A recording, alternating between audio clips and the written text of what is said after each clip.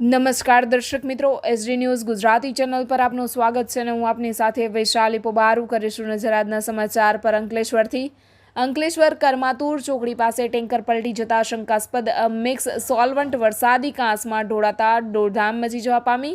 અંકલેશ્વર કરમાતુર ચોકડી પાસે ટેન્કર પલટાયું, શંકાસ્પદ મિક્સ સોલ્વન્ટ ઢોળાતા દોડધામ મચી જળચરોને નુકસાન થાય તેવી ભીતિઓ સેવાઈ રહી છે।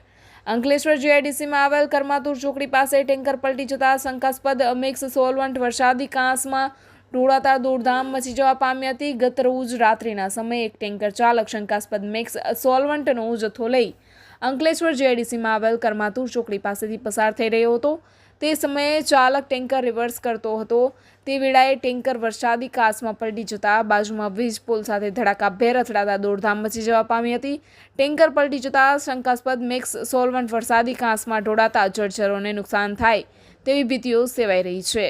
Reporter Jayesh Prajapati, SD news Gujarati, Ankleshwar.